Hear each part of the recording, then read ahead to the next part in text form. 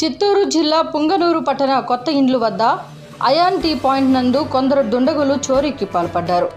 దుకాణ యజమాని షాప్ తెరిచి చూడగా దుకాణం లోపల చిందరవందరగా పడి ఉండడం గమనించారు.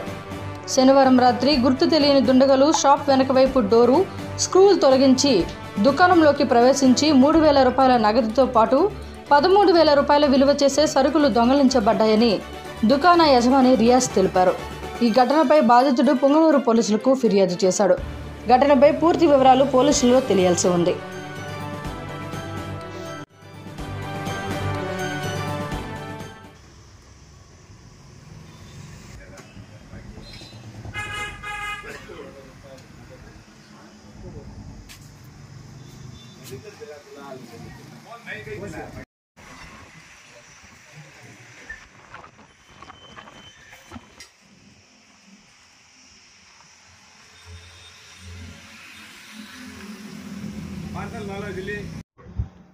నా పేరు రియాజ్.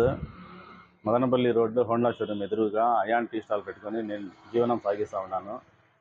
శనివారం రాత్రి 10:30కి షాప్ క్లోజ్ చేసి ఇంటికి వెళ్ళినాను. ఈరోజు తెల్లారితో మళ్ళీ వచ్చి అంగడి తెరిచినాను. మెయిన్ డోర్లో ఓపెన్ చేసిన తర్వాత లోపలికి వచ్చిన తర్వాత దొంగతనం అయిన విధంగా గుర్తించి అంగడి మొత్తం చెక్ చేస్తే వెనకాల డోర్లో బయట నుంచి స్క్రూలు ఓపెన్ చేసి లోపలికి వచ్చి 12,000 రూపాయలు సరుకులు, 3,000 రూపాయలు నగదు ఉండింది. ఇది మొత్తం దొంగతనం చేసినారు.